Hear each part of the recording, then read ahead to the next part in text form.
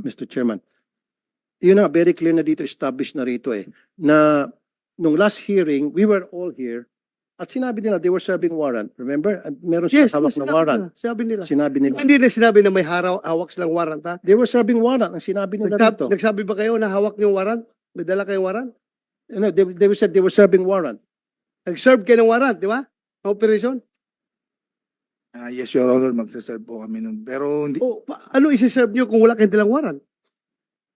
with due respect, Your Honor, lahat po yun ay documented from pag-alis namin. Actually po, planned operation dahil po pinlano po namin yun, naka-logbook po yun, naka-blatter. At So, naka-blatter, na lalakad kayo, mag-serve kayo ng warrant? yes, Your Honor. Saan Your yung Honor, blatter? Saan yung blatter na yan? Okay, part po yun sa mga sinabit Okay, namin na ayan na naman, ayan na naman, Mr. Chair. Palagi natutulas, magsaserve sila ng warrant. At again, kumukontra naman sinasabi ni Colonel Arnedo, yung kanilang PD, na walang warrant dahil sila ay nagkikasing lamang. Again, hindi na naman tumutugma. Ang daming hindi pagtutugma-tugma. Covert operation, hindi, hayaan mo siya magsalita. Let him speak. Do not stop him. Isa ka pa. See, sandali, hindi, I'm not talking to you, sir, Colonel po. You see? Sinabi niya, they were serving the warrant, which means they have the warrant in possession, because if you're serving the warrant, then you must have that paper. Yes, dapat. Kaya nga, di ba? Simple English. They were serving the warrant. So, merong hawak sila. So, saan ang warrant nyo at that time? Bakit hindi kayo nagdala ng warrant? According to your... dala po PD. ng warrant officer ko, Your Ha? Honor. Ako po yung sinasabi lang hindi may dala, pero yung warrant officer ko po ay meters lang po ang layo sa akin. Sinong warrant officer nyo at the time? Police Corporal Joel Dicen po, Your Honor. Ikaw? Yes, Your Honor. May dala kang warrant ng time na yan? Nasa bulsa ko po, Your Honor, kasi po magsaserve po kami ng warrant of arrest. Kaya nga, paano kayo mag-serve kung walang warrant? So, dala-dala yung warrant. Dala po namin, Your Bakit Honor. sabi mo na walang warrant? Magbabalidate pa lang kami that time, Your Honor, nung... Sandali. Mr. Bakit Chair. mo sinabi na walang warrant? Mr. Chair, alis na lang ako rito. Hindi ko matiis. Nakikita ko na parang itong mga pulis pinagluloko. I'm sorry, I have to walk out. Hindi ko kaya to.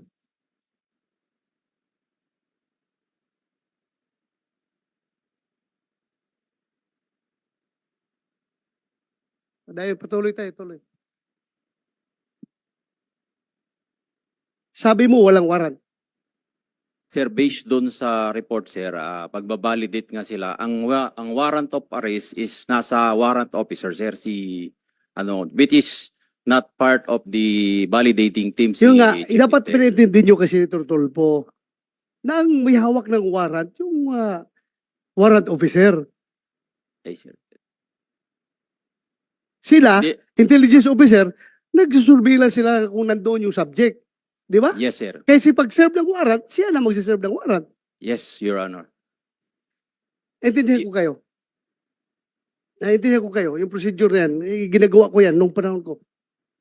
Ganun man talaga. Magsiserve ka ng warrant. Alangan naman magsusurveillance na ka-uniforme. Bulabog na kayo. Layas na yung subject niyo kung naka-uniforme. Ganun lang yun. That's one.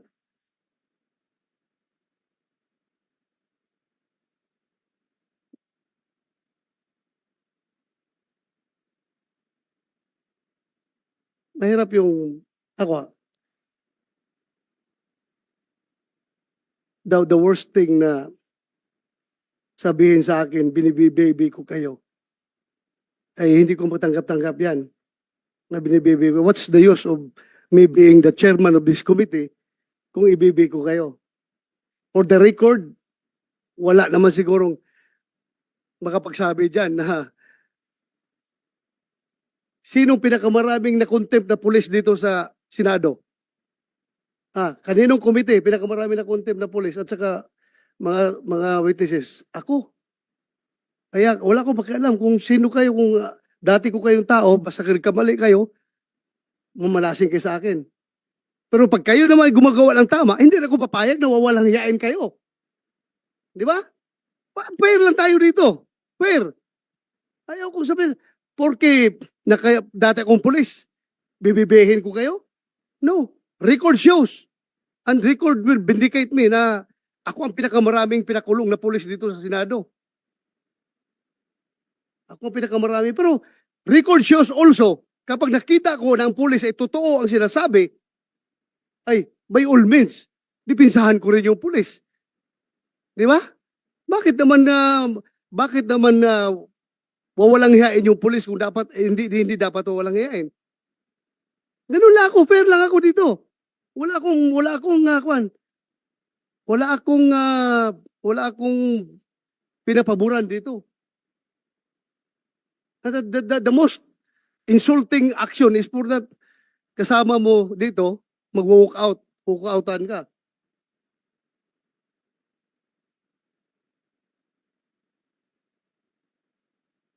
Anyway, that's his prerogative. Kung ayaw na niyang makinig sa hearing, kanya na yan. Ako lang naman, I am trying to be fair here. Wala akong bias dito. Kahit na sabihin nyo, dati akong chief PNP, ang dami ng pulis minala sa akin. Ako lang, fair lang ako.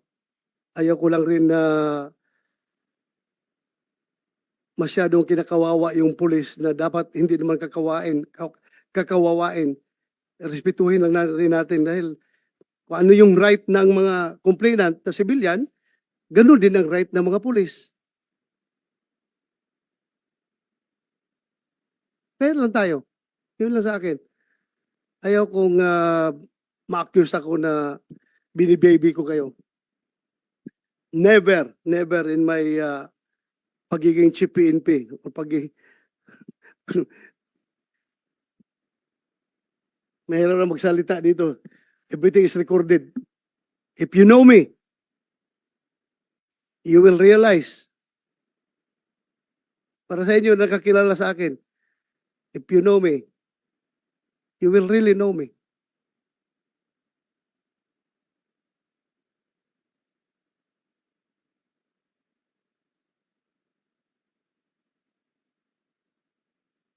Hindi ko lang matanggap-tanggap for the record na kayo ay pinagmumura dito. Ha? Ayaw na ayaw ko mumurahin yung taong naka-uniforme, mumurahin, wawalang hiyain. Yan ang hindi ko matanggap-tanggap. Kung dapat kayo murahin, doon sa labas. Huwag dito sa hearing.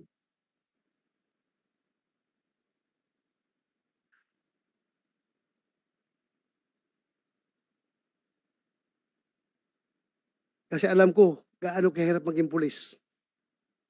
Ha? Alam ko.